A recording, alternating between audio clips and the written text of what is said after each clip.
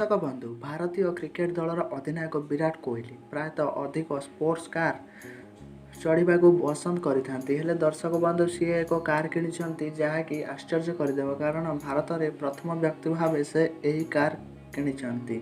दर्शक बंधु चलतु देखा भिडटी को।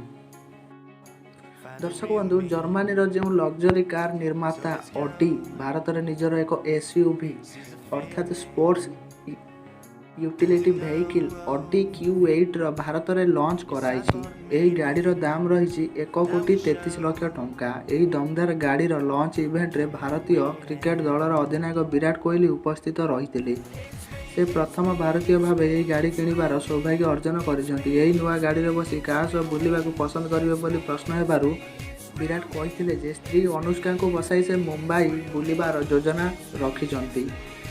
दर्शक बंधु विराट कोहली पाखे अनेक दामी दामी गाड़ी रही आम आपन को किसी गाड़ी विषय कहूँ जहाँकि गाड़ी बहुत दामी एवं बहुत लग्जरी तथा ग्लैमरियस गाड़ी रही। दर्शक बंधु विराट कोहली पाखे रही गाड़ी गुड़िक होउची Audi Q7 Audi RS6 Audi A8L R8 V10 LMX Bentley continental GT एवं रेंज रोवर भोगी भली लग्जरी कार रही।